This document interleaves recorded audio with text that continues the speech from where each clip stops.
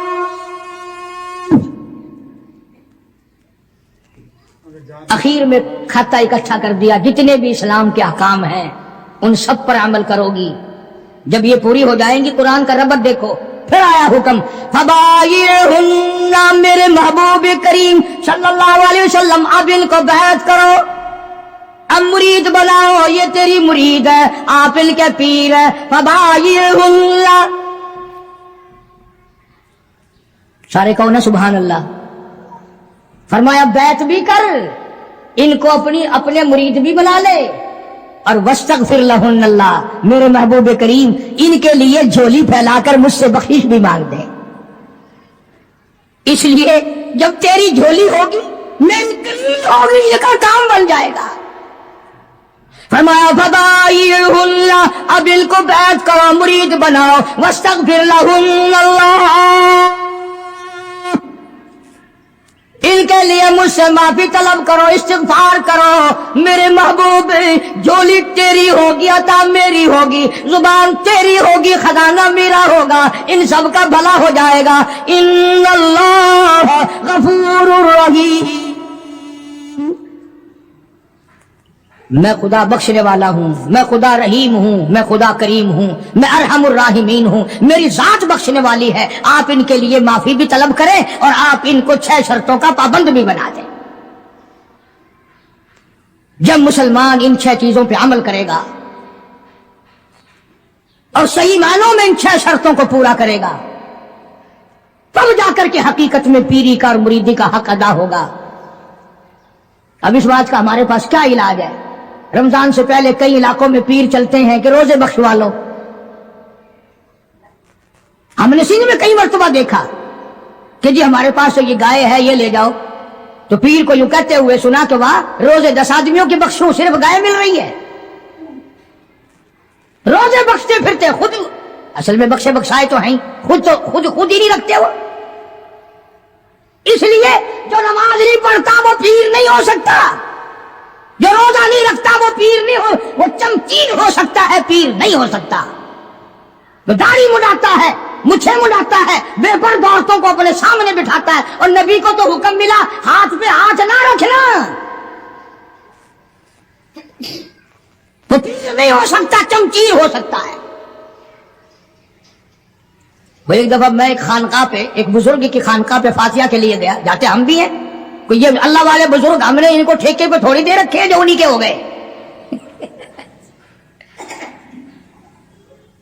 اللہ والوں کی مزارات پہ جانا، اپنے ماں باپ کی قبر پہ جانا صرف ثواب نہیں بلکہ ان کا حق ہے، ان کا حق ہے۔ تم تو جاتی ماں کی قبر پہ ساری زندگی پھیرا نہیں مارتے، ہم باپ کی قبر پہ پھیرا نہیں مارتے، استاد کی قبر پہ پھیرا نہیں مارتے۔ جہاں وہ لمبا چوڑا میلہ لگتا ہے، دنیا آئی ہوئی ہے، ماٹی گھول گھول کے پلائی جا رہی ہے۔ اللہ والوں نے بھی ساری باتیں سمجھا دی۔ سلطان باہو رحمت اللہ علیہ کتنا بڑا بزرگ ہے، کتنا بڑا ولی ہے، کتنا بڑا پیر ہے، اپنی زبان میں کتاب میں کہتا ہے عدل کریتا تھر تھر کمبل،